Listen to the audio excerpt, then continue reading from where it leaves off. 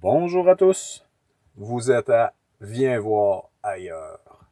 Mon nom est Alexandre Blondeau, je suis enseignant d'éducation physique spécialisé en plein air pour le séminaire de Sherbrooke.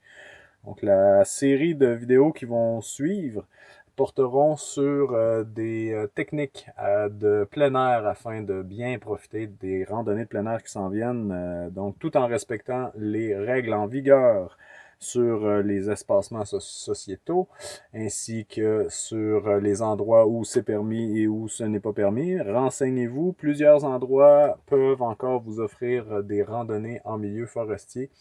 Une fois que la période de dégel sera terminée, vous allez pouvoir fréquenter ces endroits-là. Et si vous avez bien regardé ces vidéos et avez vous-même essayé cette technique, je peux vous garantir que vous n'aurez pas de tracas et que vous pourrez vous prémunir à toutes les situations qui pourront se présenter à vous en milieu forestier. Le premier abri qu'on va voir avec l'équipement que vous avez vu, donc des piquets, une toile et des cordes, particulièrement des cordes. Les piquets, je vous dirais, c'est optionnel, mais les cordes, très nécessaires. Donc, le premier abri qu'on va voir, c'est l'abri en diamant. Toujours, on va utiliser une corde principale qui va être espacée d'au minimum 12 pieds. Donc, ça donne environ 6 mètres. 6-7 mètres au moins, minimum entre deux arbres où il n'y a pas vraiment de plantes au sol. Là. On pourrait parler d'une mini clairière là, ou d'un espacement forestier.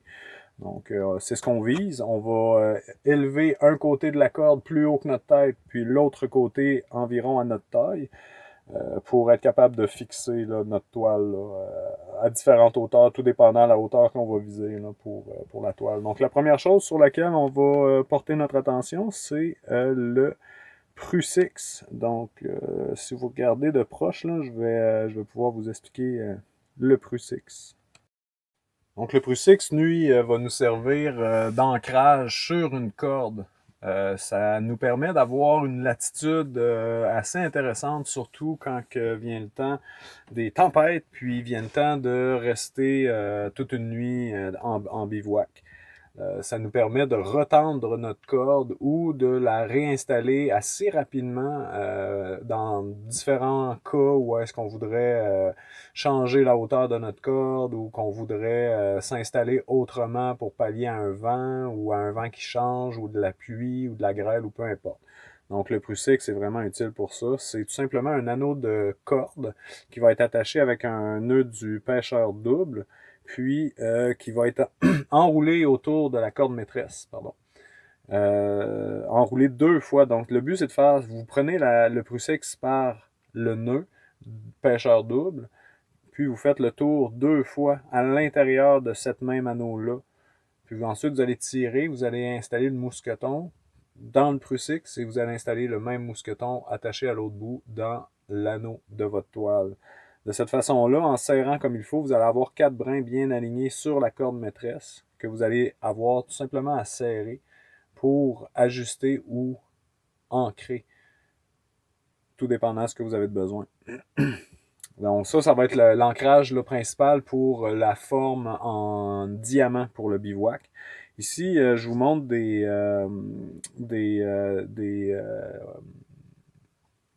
piquets. Des piquets que j'ai moi-même fait. Donc, ça a une raison. C'est rare que je perds mon temps. Donc, ces piquets-là ont une raison très spécifique. Ils sont beaucoup plus lourds, ils sont beaucoup plus encombrants, par exemple, que des piquets de métal, d'aluminium. Sauf qu'ils sont faits en bois résineux, très, très résineux. Ça me permet d'allumer des feux rapidement. Donc, rappelez-vous de ça. Deux usages, un objet. Toujours intéressant. Donc, maintenant, on va ancrer dans le sol avec justement l'aide de cet épiquet-là, la toile. Donc, vous voyez, là, ça commence à prendre forme. Là. On va installer, après avoir installé l'ancrage sur la corde principale, on va installer l'ancrage au sol en diagonale de votre toile. Puis une fois que c'est bien attaché, ben, vous avez un résultat qui ressemble à ça. Ici, on pourrait facilement là, continuer d'augmenter la qualité de notre abri en l'attachant de chaque côté aux anneaux supplémentaires qui ne sont pas encore attachés. Puis cet anneau-là ici ne sert pas à rien. On aurait pu le remplacer par une autre corde principale ou carrément un bâton, puis une corde principale. Mais vu qu'on a un anneau, puis sur la plupart des toiles, vous allez avoir un anneau exactement du même type. Donc vous accrochez à cet anneau-là une corde que vous allez fixer à un ancrage, à un arbre proche, assez en hauteur. Puis vous allez éviter que la corde pas la corde, mais la toile colle sur votre sac de couchage. Puis mouille votre sac de couchage, ce qui est la dernière chose qu'on veut là, en randonnée. Donc ici, on va déplacer nos ancrages. Pardon. On va déplacer nos ancrages pour installer notre toile en triangle. Donc le triangle est vraiment intéressant, le triangle élevé, parce qu'on va également changer la hauteur de notre corde principale après l'avoir installée.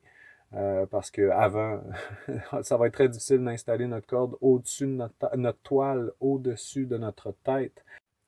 Une fois votre toile bien tendue sur votre corde, vous allez pouvoir monter votre corde au-dessus de votre tête pour ensuite installer les 4 coins à l'aide de d'autres cordes secondaires. Donc, l'idéal, c'est d'avoir des cordes, une corde principale de 24 pieds minimum, puis d'avoir au moins 4 cordes secondaires de 8 pieds. Alors, ça revient à 24 pieds, ça nous amène à peu près à 50 mètres. Puis des cordes secondaires de 4 à 5 mètres au moins, là, voire 6 mètres, qui vont nous permettre d'avoir un abri qui ressemble à ceci. Donc un triangle qui est surélevé, qui est idéal pour abriter là, 5, 6, voire 8 personnes en attendant qu'un orage se passe. C'est facile à monter, facile à démonter. Vous pouvez utiliser des piquets ou des arbres qui sont autour de vous à l'aide de cordes. Donc seulement des cordes, ça peut être facile de monter votre abri rapidement. Si vous êtes au sommet, ben, vous allez avoir des capes de roche tout le tour. Ça devient intéressant de pouvoir monter un abri sans piquet. Donc ça ici, vous avez cette opportunité-là. Donc le même type d'abri, mais au sol, peut être utilisé pour carrément remplacer une tente. Vous pouvez tout simplement descendre votre corde principale à la hauteur de votre hanche. Puis vous êtes prêt là, à glisser en dessous. Ça va être une structure qui va garder votre chaleur puis qui va vous permettre de dormir là, bien toute la nuit. Vous pouvez ajouter à ça un filet que vous allez mettre en dessous de votre toile qui va vous protéger des insectes. Donc la dernière façon de monter une toile, c'est l'appentis. Donc c'est très simple, c'est tout simplement une toile, ça peut être une toile beaucoup plus courte qui peut être utilisée. Puis et puis vous fixez les coins, les 4 coins, 2 coins sur votre corde principale et 2 autres coins par des piquets au sol. Donc ça fait le tour. Bonne randonnée, amusez-vous.